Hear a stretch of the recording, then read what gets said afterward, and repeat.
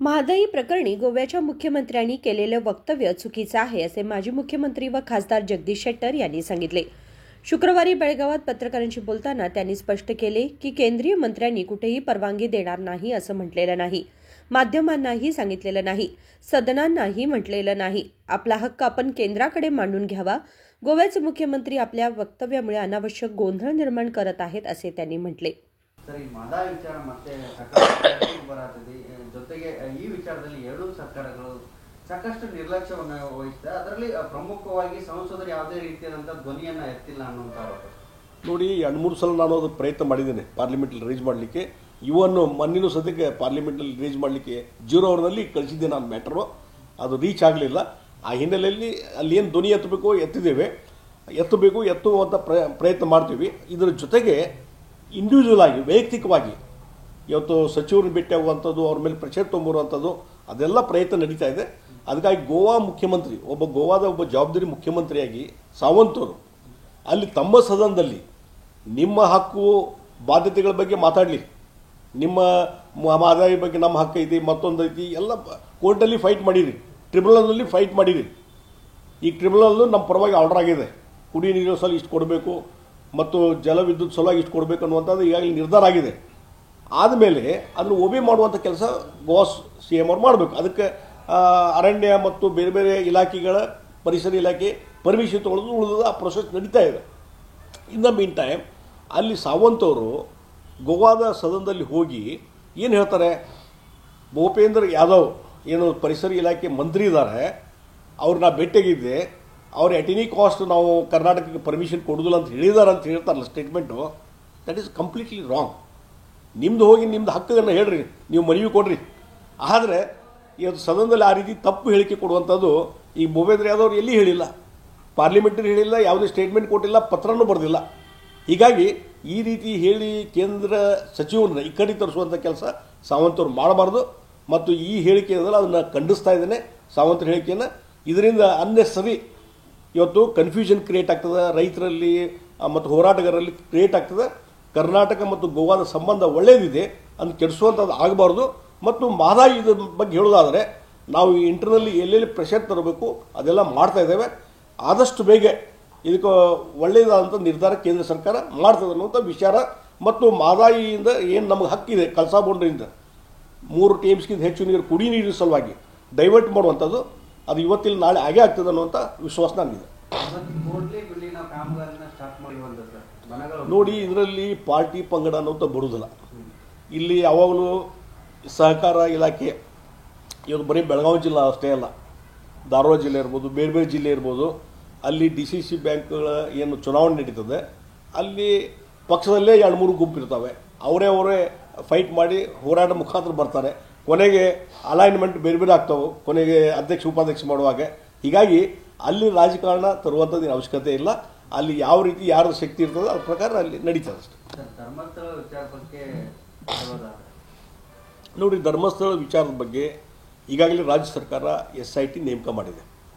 SIT ತನ್ನ ತನಿಖೆಯನ್ನು ಪ್ರಾರಂಭ ಮಾಡಿದೆ ಮತ್ತು ಯಾರು ಆಗುಂತಕ ವ್ಯಕ್ತಿ ಇದ್ದಾನೆ ಆತ ಎಲ್ಲೆಲ್ಲಿ ತೋರಿಸಿದಾನೆ ಸ್ಥಳ ಅಲ್ಲಿ ಅಗಿಯುವಂಥ ಕೆಲಸ ನಡೀತಾ ಇದೆ ಮತ್ತು ಅದು ಪರೀಕ್ಷೆ ಆದಮೇಲೆ ಯಾವ ಹೆಣ ಅನ್ನುವಂಥದ್ದು ಗುರ್ತಾಗಬೇಕು, ಅದು ನ್ಯಾಚುರಲ್ ಡೆತ್ ಆಯಿತೋ ಅಥವಾ ಏನಾದರೂ ಮರ್ಡರ್ ಆಗಿದನೋ ಅಥವಾ ಮತ್ತೊಂದಾಗಿದೆಯೋ, ಇದೆಲ್ಲ ವಿಚಾರಣೆ ನಂತರ SIT ತನಿಖೆ ನಂತರ ಆಗುವಂಥದ್ದು। ಇನ್ ದ ಮೀನ್ ಟೈಮ್ ನಾವು ಒಂದೇ ಒಂದು ಇದು ತನಿಖೆ ಆಗಲಿ, ನ್ಯಾಯಾಂಗದ ತನಿಖೆ ಆಗಲಿ, ನಿಷ್ಪಕ್ಷಪಾತವಾಗಿ ತನಿಖೆ ಆಗಲಿ ಮತ್ತು ಅದ್ರ ಬಗ್ಗೆ ಸರಿಯಾದಂಥ ಕ್ರಮವನ್ನು ಕೈಗೊಳ್ಳಿ। ಆದರೆ ಅನ್ನೆಸರಿ ಯಾವುದೋ ಧರ್ಮ ಪೀಠಗಳ ಬಗ್ಗೆ ಹೆಸರನ್ನು ಅಪಪ್ರಚಾರ ಮಾಡುವಂಥದ್ದು ಆಗಬಾರ್ದು। ಇದಕ್ಕೆ law will take its own course ಅಂತಾರಲ್ಲ, ಕಾನೂನು ಪ್ರಕಾರ ಏನು ಆಗಬೇಕು ಅದು ಆಗ್ತದೆ। ಸರ್, ಈಗ 4ನೇ ದಿನಕ್ಕೆ ಕಾಲಿಟ್ಟಿರುವಂಥದ್ದು ಏನು 6ನೇ ಏನು ಮನುಷ್ಯ ಏನು ಅನಾಮಿಕ ತೋರಿಸಿದೆ, ಅದರಲ್ಲಿ ಒಬ್ಬರದು ಮೂಳೆಗಳು ಸಿಕ್ಕಿದೆ ಸರ್। ಅಲ್ಲ, ಅದಕ್ಕೆ ನಾ ಹೇಳ್ತೀನಿ, ಈಗ ನೋಡಿ, ಈಗ 100 ಶವಗಳನ್ನು ಹುತ್ತಿದ್ದೀನಿ ಅಂತ ಹೇಳಿದೆ ನಾವು, ಈ ಒಂದು 3, 4, 10, 12 ಸಿಕ್ಕಿರಬಹುದು। ಅದಕ್ಕಾಗಿ ಅದರ ಬಗ್ಗೆ ತನಿಖೆ ಆಗಲಿ, DNA ಪರೀಕ್ಷೆ ಆಗಲಿ, ಅದು ಯಾರಿಗೆ ಸೇವಾ ಸಂಬಂಧಪಟ್ಟದ್ದು ಏನು ತಾನ ಐಡೆಂಟಿಫಿಕೇಷನ್ ಆಗಲಿ, ಅದು ಯಾಕೆ ಸತ್ತರು, ಏನು ತನ ಹೆಣ ಎಲ್ಲಿಂದ ಬಂತು ಆಗುವಂಥ ವ್ಯಕ್ತಿನೇ ಹೇಳಬೇಕೀಗ। ಆ ಹೆಣವನ್ನು ಆತ ಹೂತಿಟ್ಟಿದ್ದಾನೆ ಅಂತಂದರೆ ಆತನೇ ಹೇಳಬೇಕು ಇದ್ರ ಬಗ್ಗೆ। ಹೀಗಾಗಿ ಬಹುಶಃ ಆತನ ಬಗ್ಗೆ ಎನ್ಕ್ವೈರಿ ನಡೀತಾ ಇರಬಹುದು, ಅದ್ರ ಬಗ್ಗೆ ತನಿಖೆ ನಡೀತಾ ಇರ್ಬೋದು. SIT ಬಿಟ್ಟಿದ್ದೇವೆ, SIT ತೀರ್ಮಾನ ತೆಗೆದುಕೊಳ್ಳಿ. ಸರ್, ಈಗ ಅನಾಮಿಕ ಹೇಳುವ ಪ್ರಕಾರ 35 ವರ್ಷದ ಕೆಳಗಡೆ ಏನಿದೆ ಒಂದಷ್ಟು ರೇಪ್ ಆಗಿದ್ದು, ದೇಹದ ಮೇಲೆ ಸಾಕಷ್ಟು ಗಾಯಗಳಾಗಿದ್ದು, ಅಂಥವ್ರನ್ನೆಲ್ಲ ಹೂತಾಕಿದ್ವಿ, ನೂರಾರು ಆಯ್ತಪ್ಪ, ಅದಕ್ಕೆ ನಾ ಹೇಳಿದ್ರೆ ಈಗ ನಾವು ಯಾರ ಪರವಾಗಿ ಯಾರ ವಿರುದ್ಧ ಅಂತಲ್ಲ, ಈ ಅವನ ಸ್ಟೇಟ್ಮೆಂಟ್ ಸರಿನೋ ತಪ್ಪು ಅಂತ ಹೇಳೋದಿಲ್ಲ ನಾವು. ಈಗ ಹೇಳಿದ್ದಾರೆ ಸರ್ಕಾರದವರು SIT ತನಿಖೆ ನೇಮಕ ಮಾಡಿದ್ದಾರೆ, ಪೊಲೀಸರು ತನಿಖೆಯನ್ನು ಮಾಡ್ತಾ ಇದ್ದಾರೆ. ತನಿಖೆಯ ಎಲ್ಲ ರಿಸಲ್ಟ್ ಬರಲಿ, ರಿಪೋರ್ಟ್ ಬರಲಿ, ಆವಾಗ ಅದ್ರ ಬಗ್ಗೆ ನಾವು ಕಮಿಟ್ ಮಾಡಿದ್ರೆ ಅಡ್ಡಿ ಇಲ್ಲ. ಅಂದರೆ ಸರ್, ಈಗ CM ಅವರು ಎಲ್ಲ ಜಿಲ್ಲೆಯ ಶಾಸಕರ ಜೊತೆ ಇಂಡಿಪೆಂಡೆಂಟ್ ಆಗಿ ಸಭೆ ಮಾಡ್ತಾ ಇದ್ದಾರೆ. ಏನು ಸರ್ ಇದು? ಅಲ್ಲ, ಇದು ನೋಡಿ, ಈ ಸರ್ಕಾರದಲ್ಲಿ ಎಲ್ಲವೂ ವ್ಯವಸ್ಥೆ ಸರಿ ಇಲ್ಲ. ಮೊದಲು ಸುರ್ಜೇವಾಲಾ ಬಂದೋದ್ರ, ಅವ್ರಿಗೆ ಸೂಪರ್ CM ಅಂತ ಅನ್ನಕ್ಕೆ ಹತ್ಕೊಳ್ಳೆ, ಆವಾಗ ಈಗ ಬಿಟ್ಟರು. ಈ ಸಿದ್ದರಾಮಯ್ಯ ಪ್ರತಿಯೊಬ್ಬರು ಬಹುಶಃ ಸುರ್ಜೇವಾಲಾ ಏನಾದರೂ ಅವ್ರಿಗೆ ಹಿಂಟ್ಸ್ ಕೊಟ್ಟಿರ್ಬೋದು, ಅಥವಾ ಶಾಸಕರು ನಿಮ್ಮ ಬಗ್ಗೆ ಅಸಮಾಧಾನ ಇದೆ ಅಂತ ಹೇಳಿರ್ಬೋದು. ಆ ಹಿನ್ನೆಲೆಯಲ್ಲಿ ಶಾಸಕರನ್ನ ಸಮಾಧಾನ ಮಾಡಲಿಕ್ಕೆ, ಅವರು ಏನೋ ಕಂಪ್ಲೇಂಟ್ ಬರದ ರೀತಿಯಲ್ಲಿ ನೋಡ್ಕೊಳ್ಳಿಕ್ಕೆ ಒಂದು ಪ್ರಯತ್ನ ನಡೀತದೆ. ಅದು ಪ್ರಯತ್ನದಲ್ಲಿ ಸಫಲರಾಗುವುದಿಲ್ಲ ಸಿದ್ದರಾಮಯ್ಯ. ಈ ಸರ್ಕಾರದಲ್ಲಿ ತನ್ನ ಅಸ್ತಿತ್ವವನ್ನು ಕಳ್ಕೊತಾ ಇದೆ, ಇಮೇಜ್ ಕಳ್ಕೊಂಡಿದೆ, ಭ್ರಷ್ಟಾಚಾರ ತುಂಬಿ ತುಳುಕ್ತಾ ಇದೆ, ಯಾವುದೇ ಅಭಿವೃದ್ಧಿ ಕೆಲಸಗಳು ಆಗ್ತಾ ಇಲ್ಲ, ಲಾ ಆ್ಯಂಡ್ ಆರ್ಡರ್ ಫೇಲ್ಯೂರ್ ಆಗಿದೆ, ಯಾವುದೇ ಅಭಿವೃದ್ಧಿ ಕೆಲಸಕ್ಕೆ ಹಣ ಇಲ್ಲ. ಆ ಪರಿಸ್ಥಿತಿ ನಿರ್ಮಾಣ ಆದಂಥ ಸಂದರ್ಭದಲ್ಲಿ ಇವತ್ತು ಪ್ರತಿಯೊಬ್ಬ ಶಾಸಕನ ಕರೆದು ಮಾತಾಡಿಸುವಂಥ ಪ್ರೊಸೆಸ್ ನಡೆದಲ್ಲ, ಇದು ಕೇವಲ ಸಮಾಧಾನ ಕಣ್ಣೊರೆಸುವಂಥ ತಂತ್ರ ಅಂತ ಹೇಳ್ತೇನೆ ನಾನು. ಇದರಿಂದ ಏನೂ ರಿಸಲ್ಟ್ ಬರೋದಿಲ್ಲ. ಇವತ್ತಿಲ್ಲ ನಾಳೆ ಮತ್ತು ಇದು ಒಳ ಬೀಗೋದು ಇದೆಲ್ಲ ಇವತ್ತು ಹೊರಗಡೆ ಬರೋದು, ಇನ್ ಫೈಟಿಂಗು ಯಾವುದೇ ಸಂದರ್ಭದಲ್ಲಿ ಏನು ಬೇಕಾದರೂ ಸ್ಫೋಟ್ ಆಗ್ಬೋದು. ಅಲ್ಲ, ಯಾವುದನ್ನು ಹೇಳಿಕೆ ಬರೋದಿಲ್ಲ. ಕಾಂಗ್ರೆಸ್ಸಲ್ಲಿ ಈಗ DCM DK ಶಿವಕುಮಾರು ನಾ ಮುಖ್ಯಮಂತ್ರಿ ಆಗ್ಬೇಕಂತ ಹಠಕ್ಕೆ ಬಿದ್ದಿದ್ದಾರೆ. ಅದು ಹೊರಗೆ ಎಲ್ಲಿ ಹೇಳ್ತಾ ಇಲ್ಲ, ಅವ್ರ ಶಿಷ್ಯರು ಹೇಳ್ತಾರೆ. ಅದಕ್ಕೆ ಅದು ಅತಿ ಈಗ ಹೇಳಿದಾರಲ್ಲ, ಈಗ ಸೆಪ್ಟೆಂಬರ್ ಅಕ್ಟೋಬರ್ದಲ್ಲಿ ಒಬ್ರು ಯಾರೋ ಹೇಳಿದರು, ಒಬ್ರು ಸಂಪರ್ಕ ರಾಜಣ್ಣವ್ರು ಹೇಳಿದರು ಸೆಪ್ಟೆಂಬರ್ದಲ್ಲಿ ಕ್ರಾಂತಿ. ಅದು ಯಾವ ರೀತಿ ಕ್ರಾಂತಿ? ಸಹಕಾರ ಕ್ರಾಂತಿ ಆಗ್ತದೆ. ಸಹಕಾರ ಮಂತ್ರಿ ನೀವು, ಸಹಕಾರ ಕ್ರಾಂತಿ ಆಗ್ಬೋದು ಅಂತ ಹೇಳ್ಬೋದು ನೀವು. ಮತ್ತು ರಾಜಕೀಯ ಕ್ರಾಂತಿ ಅಂತ ಅದರ ಅರ್ಥ ಏನಾದರೂ ರಾಜಕೀಯ ಕ್ರಾಂತಿ. ರಾಜಕೀಯ ಕ್ರಾಂತಿ ಅಂದರೆ ಮುಖ್ಯಮಂತ್ರಿ ಬದಲಾವಣೆ, ಇಲ್ಲ ಬದಲಾವಣೆ ಮಾಡಲಿಕ್ಕೆ ಹೊಂಟ್ರೆ ಸರ್ಕಾರ ಟಾಪಲ್ಲಿ ಹೋಗುವಂಥದ್ದು, ಸರ್ಕಾರ ಬಿದ್ದು ಹೋಗುವಂಥದ್ದು, ಇದೇ ಕ್ರಾಂತಿ ರಾಜಣ್ಣ ಹೇಳಿದ್ದು.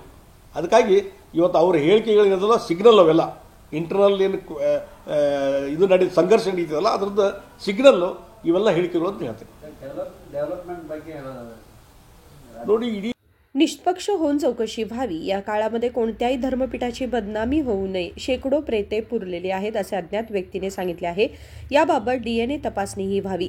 अज्ञात व्यक्तीनेच याबाबत सत्य सांगावे लागेल. चौकशीत सर्व सत्य बाहेर यायला हवं असेही जगदीश शेट्टर यांनी स्पष्ट केलं. राजशेखर हिरेमठ, KMM मराठी, बेळगाव.